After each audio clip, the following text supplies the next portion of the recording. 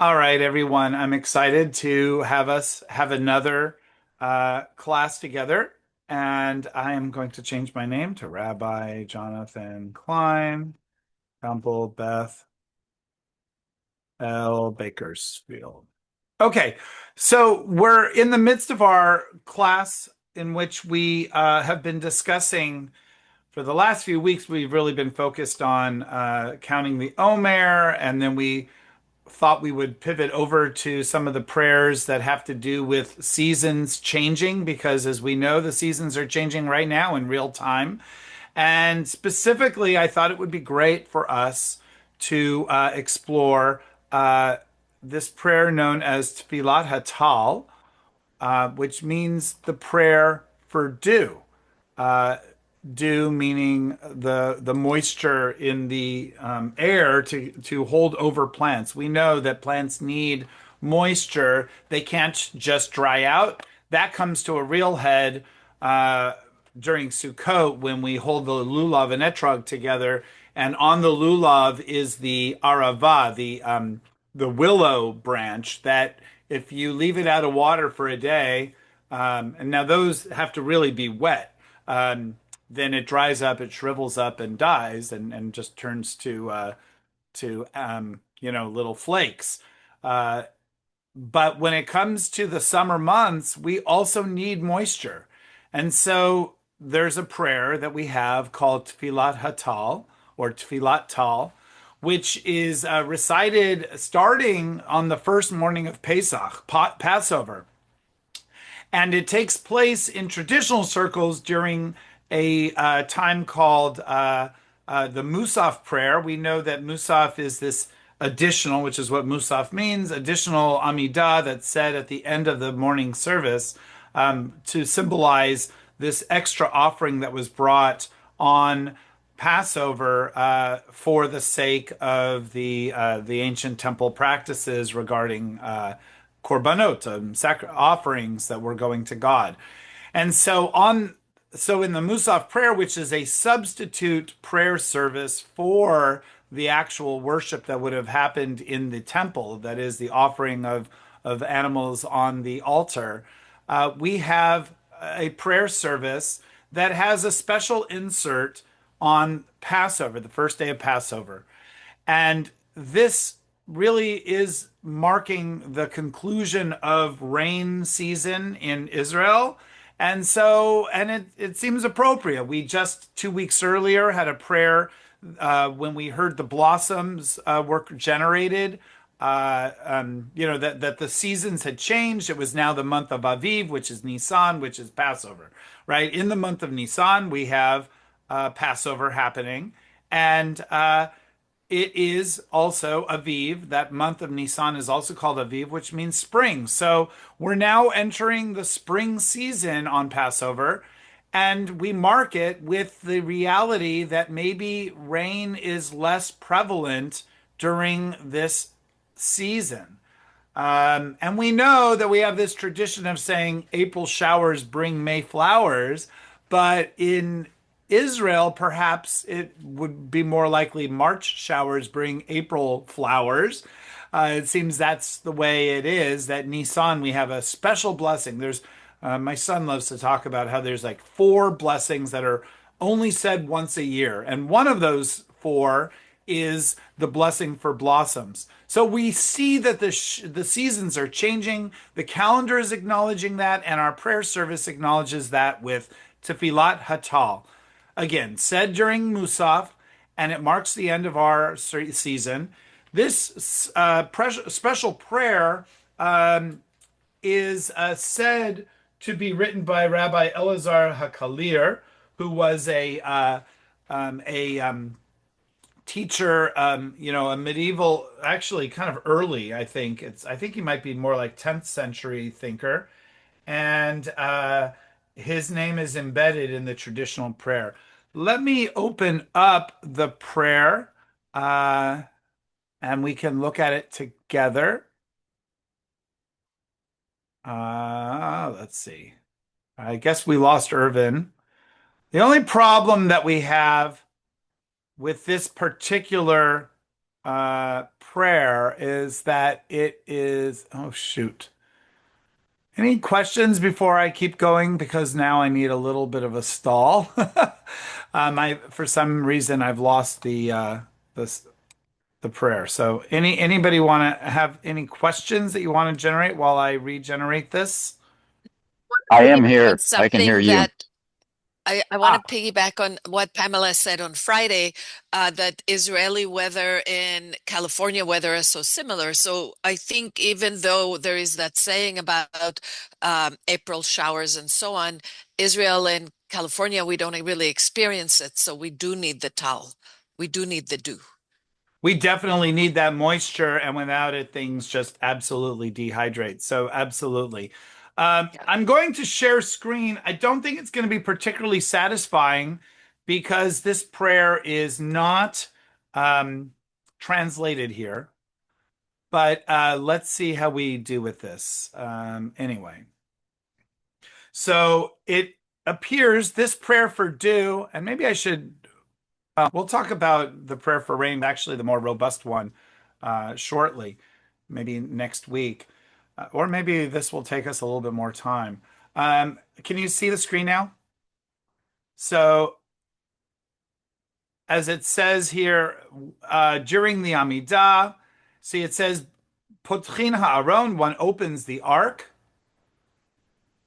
I don't know if you guys are seeing this. Is anybody seeing it? We can see it. Okay. Okay.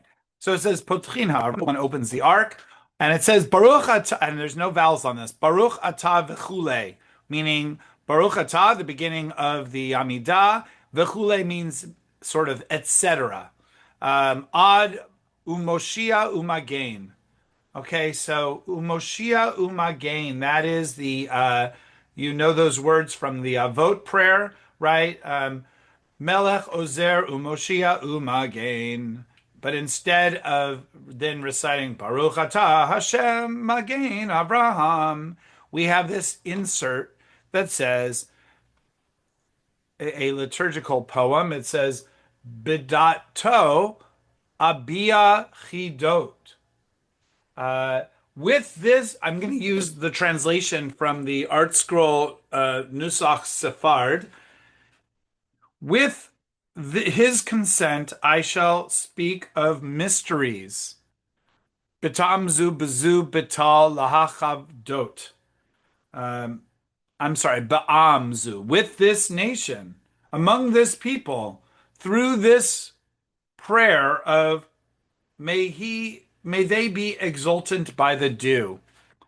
Okay. So may we have joy because of the dew.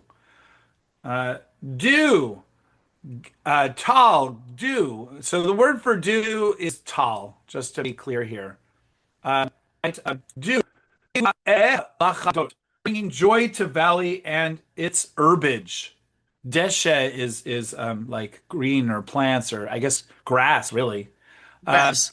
Betzilo lehechadot, taking pleasure in God's shelter to be made exultant.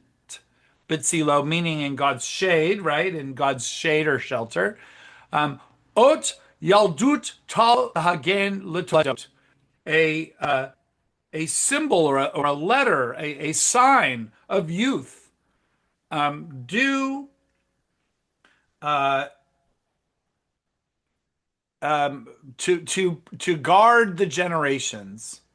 So it's kind of an interesting little poem. You'll see here, there's a pattern clearly, right? Chidot, lahachadot, lahadot, lehechadot, letoladot. And then we go back to Baruch atah Hashem, Magen Avraham. So in this Tefillat Tal, you begin with the Avot, and then you have this little weird little insert poem, which, according to Art Scroll, it says the references to dew throughout this prayer have two meanings. A, the moisture that makes plants growth possible, and B, what the sages call tal shel tichiyah, the dew of life, i.e., the invigorating spiritual property that gives life to people and that can even resuscitate the dead. So that the moisture that we are experiencing as dew is recognized here as life force, revitalizing. And they base that in Chagiga 12b. Thus, the references to do contain both simple meanings and deep mysteries. And we see that here. Any questions or comments on this part? This is all the introduction. We haven't even gotten to the heart of the matter. Some people would say the meat of the matter, but I don't do that. Okay. Smile. And then Baruch Atah Hashem Magen Avraham. So we continue the Avo. You know that. Baruch Atah Adonai Magen Avraham. Atah Gibor Le'olam Adonai Mechei Meitim Atah Rav L'Hoshia Meitim because this is a traditional version. And then after that, Rav L'Hoshia. Now we go into the prayers for Tal. And I'm going to go right there. Tohomot Hadom Lirsisu Kisufim. Okay, heavy duty poetry here, but let me read some translations.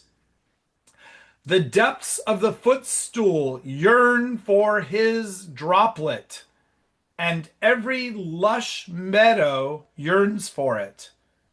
Okay, so moisture.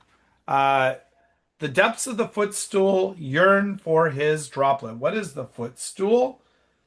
The footstool is the idea of earth being God's footstool. So the depths of the footstool yearn for his droplets. We as an earth wants the moisture, right? And every lush meadow yearns for it. V'chol naot deshe lo nichsafim. Tal, and we're going to see this emphasis over and over again. Tal, zichro gvurot mosifim. Its mention enhances its powers. Tal, do. Okay, so let's just write this here, do. So every time you see the word tal, we're talking about morning dew. Thank you, Avital. Avital. So in a way, this whole thing, I should have said that at the very beginning, is we should dedicate this learning this morning to our fearless president, Avital Anders, who is the father of all the dew. Of the morning dew.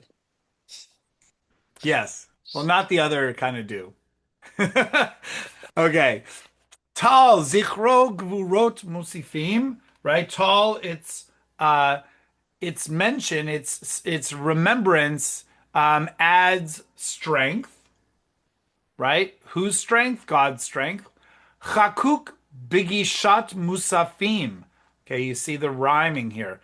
Kisufim, nichsafim, musifim, musafim, seifim. Well, that's how we know how long this section is because the rhyme then ends. So then it is engraven or inscribed in the version of Musaf, right? So it has been inserted into Musaf. So it's kind of a playful way of saying this prayer, we're going to stick it inside the Musaf prayer. It says it directly in the text. Tal lachayot bo nikukei seifim.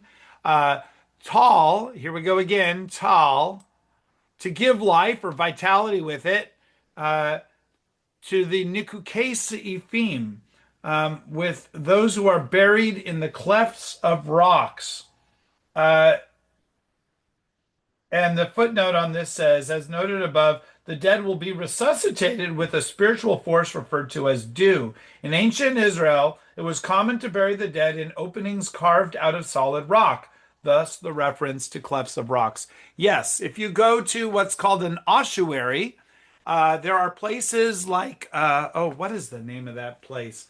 It's not Tsipori. There's another archaeological dig where you'll see these little niches where they would place bones. So after the deceased would die and their body would decompose, they would then move the bones into these ossuarial spaces with a belief that somehow one day there would be resurrection and these bones, these dry bones, would come back to life. So they're referencing the dryness of these bones implicitly, because through the moisture of the dew, it will lahachayot bo. Lahachayot is to give chai, to give life with it in the clefts of the rocks. Okay? Any questions on this? Then comes really the heart of this prayer. Let me erase this so that we can scroll up a little bit. Oh, wait, I guess I forget how to scroll sometimes. Okay. So you'll notice this line, Eloheinu v'Elohei Avotenu. That's sort of a separate piece of this. It's not really a part of this prayer per se. Let's see, can I get that? Yeah. Okay. Now we're going to go.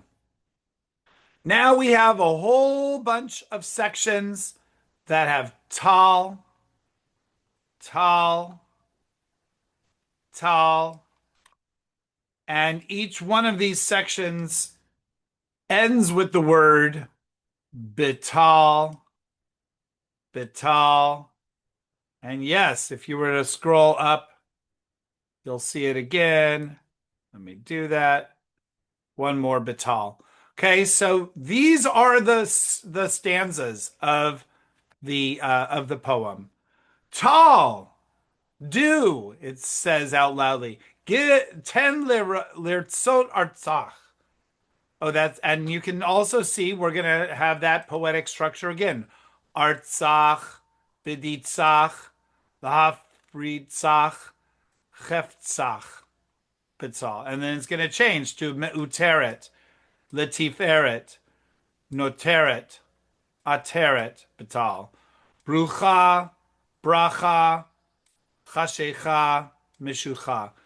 So this is a telltale sign of medieval poem, what we call a piyut. And let's just take a look at it. Oh, and then there's another pattern. Anybody see another pattern in this? It goes like this. 10, shitenu, rove, komem, taf, shin, resh, kuf. Oh, sorry. Tzadi, pei, ayin, samech, which for some reason becomes a sin instead, which is kind of funny, right? And then, so this is the Hebrew alphabet in reverse order, except for that the sin, it replaces a samech, which happens sometimes. I don't know enough about why that happens or the history of that. I have always felt like the samech was an add-on letter. I just don't know the history of when the samech appears, if it does indeed come later.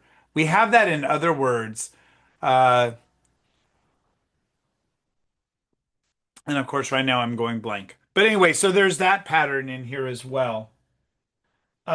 So let's just read through the translation because I don't think we can do more than that without the translation in front of us. So I'll just give it to you. Tal ten lertzot artsach. Give it to favor your land, right? Give due to favor your land. Shitenu vracha b'tzidach. Establish for us for blessing in your pleasure. Ditza is a word for pleasure. We see that in the wedding blessings. Gila, Rina, Ditza v'chedba, right? So, um, okay. And then Rov Dagan v'tirosh, a great amount of grain and wine or vines. Bahafritzach, may you strengthen us. And then Komem ir ba cheftsach. So these are all yearnings. Establish the city of your desire, right? Komem, raise up a city in it, your desire, literally. Tal, bital, with do. So with each of these, like do all these things. Give it to favor your land, establish us for blessing in your pleasure. With abundant grain and wine, may you strengthen us. Establish the city of your desire with do. So whenever we experience do, whenever we run into it in nature, we are experiencing a sense of God's presence that feels invisible at times. Dew is a very ephemeral, almost mystical type of a substance. You don't expect to find the moisture that you run into. And so that's kind of like God's presence. You don't know when you're going to experience or feel God's presence. And so too, the dew reminds us of that mystery, which is the divine impact on the world. And so with that mystical presence, we're asking God to do wonderful things, create our presence in the land, give our land all that it needs, give us, build us our new cities, a better city, perhaps a messianic reference. And may we have this abundant grain and wine, right? Which is the tirosh, the vines. May it grow wild. May it just be pluralizing.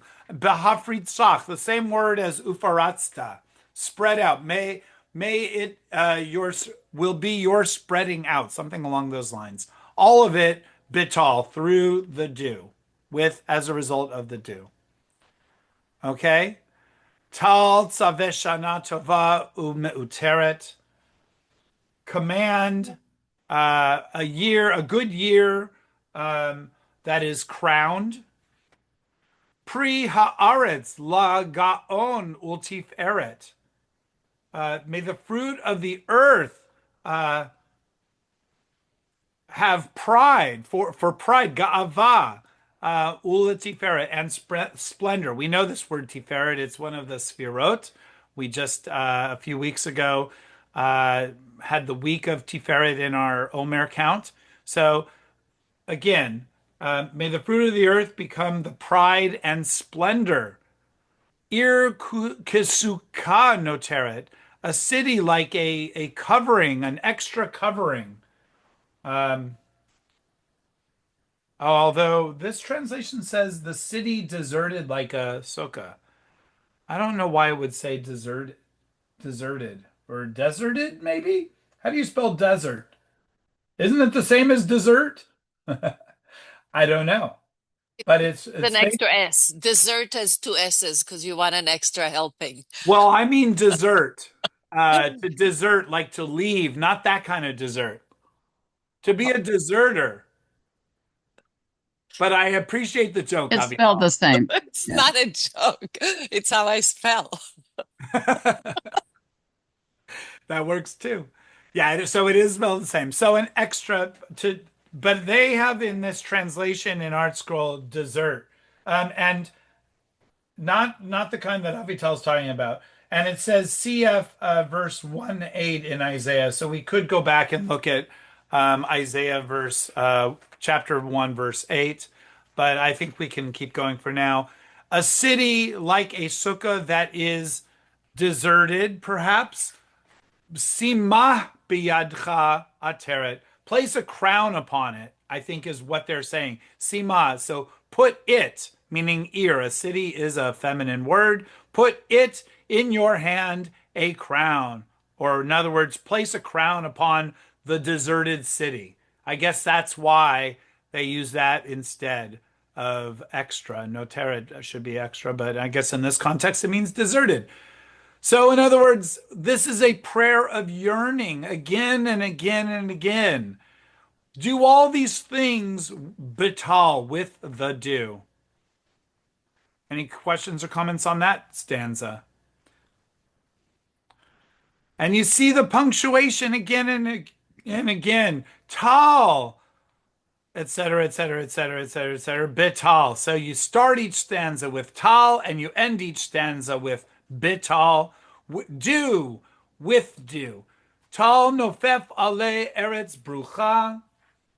So this is the one starting with a nun. Let it drop sweetly on the blessed land. Uh, along, yeah, Tal, may it descend upon a blessed land. Mi megid shamayim. What's missing? Some dageshim here. Mi megid shamayim sab'enu vracha. Right, that makes sense. With the delicacies of the heaven, with the megid of the heavens, uh, satisfy us with a blessing. Leha'ir mitoch hashecha, to enlighten from within the darkness. Kana acharecha meshucha. Uh, Kana acharecha. That's an interesting phrase. The translation here says the fundamental nation that is drawn after you. I don't know why. Oh, kana is like the designated one, I guess. A kinui is like a nickname. So the named, the marked one after you be drawn. How does that sound, Avital? Help me with my Hebrew. think it's fair enough. Right, a kinui is a like a nickname, right? Or a Yeah, I don't know how I have these words in my head. I don't know I how don't I know. remember that. But anyway, um, again, Mishucha is drawn after you. So it's both a statement of what is and what we hope to be. All of these good things to happen, bital. So every one of these stanzas is describing some great next thing. And so when one is reciting the prayer for Tal, one is imagining it is one is envisioning everything working out. So it's a very, I can't express strongly enough how beautiful this prayer is in the synagogue when one goes. The problem is, of course, it's being recited after you just had Seder and you were up until, midnight and you have all your dishes to clean up. But if you happen to make it to shul that morning, it is so appealing, so uplifting, so blessed. Tal ya'asis tzuf harim, let it sweeten the honey of the mountains. Te'em bim odecha muvcharim. Uh, let the chosen people savor your planet. The taste of your might, of your everything, um, is for those who are the chosen ones, right? Chanunecha chaletz mimagsgerim. Chanunecha chaletz. Release your parked ones, your they say your favored ones from bondage. Masgerim is the bondage. It's an interesting translation. I like it. Free your favored ones from bondage. Those who are sort of locked down, released from their locks, basically. Masgerim would be locked things or things that are closed off. Zimra nanim vekol narim. Sweetly we will sing and raise our voice. Zimra is a liturgical is a song. So pleasant. We will feel pleasantries in singing and the voice being lifted. We will lift up bital through this do. Okay, we're almost done. Tal visova male asamenu. Do and and they have to go Zion. Now it's Vav because remember we're going in alphabetical order. So do and fullness or plentiness fill our osem, our granary or granaries, asamenu. So may dew and plentitude fill our granaries. May we have lots of grain. Remember, the you're absolutely right, both Pamela and Avital. This prayer is not just a pleasantry, it's a life or death matter. If we don't get our moisture in the summer months when it's a desert, when it reaches 110 degrees, we're in trouble and we have a problem. So we need it. And so may it happen that we're able to fill our granaries with lots so that we can make it through the summer. Hacha'et techadesh yamenu. If only you would now rejuvenate our days or renew our days. Uh, Dod ke'erkecha ha'amed shmenu. Uh, Dod, our beloved one, may our names be enduring like your name, like your designated name, something like that, your value, your estimation. Gan raveh simenu betal. Make us like a well-watered garden with rain, with the dew.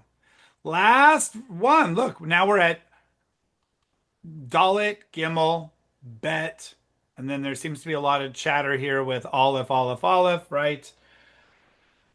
Tal bo tavarech mazon. With it, bless the food. B'mashma nenu al yehi razon. With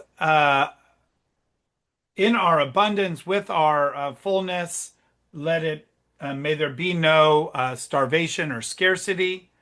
Ayuma asher hisata katzon. This nation that led you like sown like a sheep.